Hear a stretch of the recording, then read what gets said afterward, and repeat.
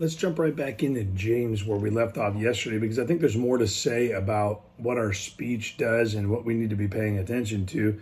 And I won't try to do the same thing we did yesterday, but if you drop into James chapter number 3, we'll back up to verse number 7, then read through 12, just to kind of give you the flow again.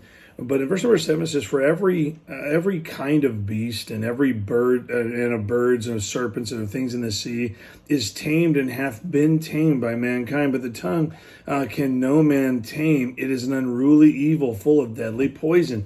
And so we know that we have the ability to hurt people with our words way more than we're even willing to admit.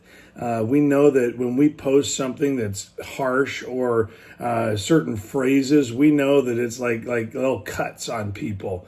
And sometimes we intend for that to be that way. And sometimes we do that towards people who don't know better or we think should know better. But the truth is that our speech reveals something about ourselves, because we're really no better than our speech reveals. And so if that's the kind of person you are, where you like to the little jabs and little cut downs and harsh things, and you focus in on what you consider to be the dumb side of people and never really even noticing that there's any good contribution or any noble thing to speak about, well, then that's what kind of person you really are. And so look what it says here, verse number 9, it says, where therewith bless we God, even the Father, and therewith we curse men which are made after the similitude, which means after this, they're made similar or after the image of God. And it says, out of the same mouth proceedeth blessings and cursings. My brethren, these things ought not to be.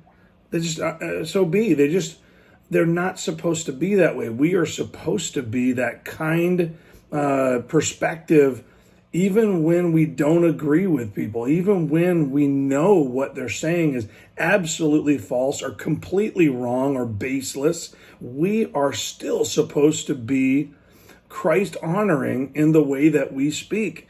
And so it goes on in verse number 11, it says, "Doth a fountain send forth at the same place sweet water and bitter? Can the fig tree, my brethren, bear olive berries, either a vine figs? So can no fountain both yield salt water and fresh." And so he's saying, listen, it can't be that way. It isn't that way.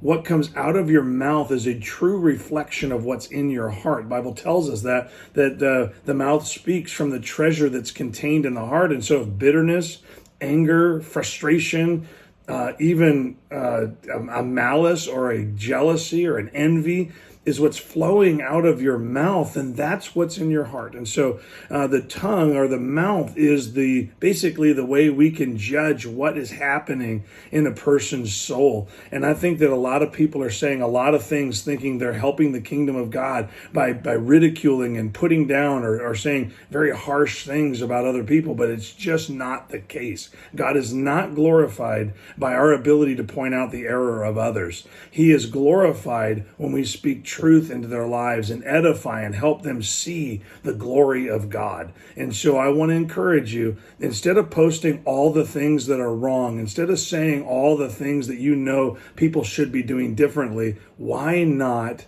say the things that they ought to know? Say the things that will help them see more clearly the light of Christ. Remember, we're heading into a new year. We're finishing off this one. I don't want you to wait till January 1 and say, okay, I'm going to start being nicer. I don't want that. I want to encourage you right now. Determine that what you say for the rest of the week is going to be what glorifies God, what edifies people, what encourages people. And I got to tell you, it's going to change not only your day, it's going to change the days of those around you. Have a great day.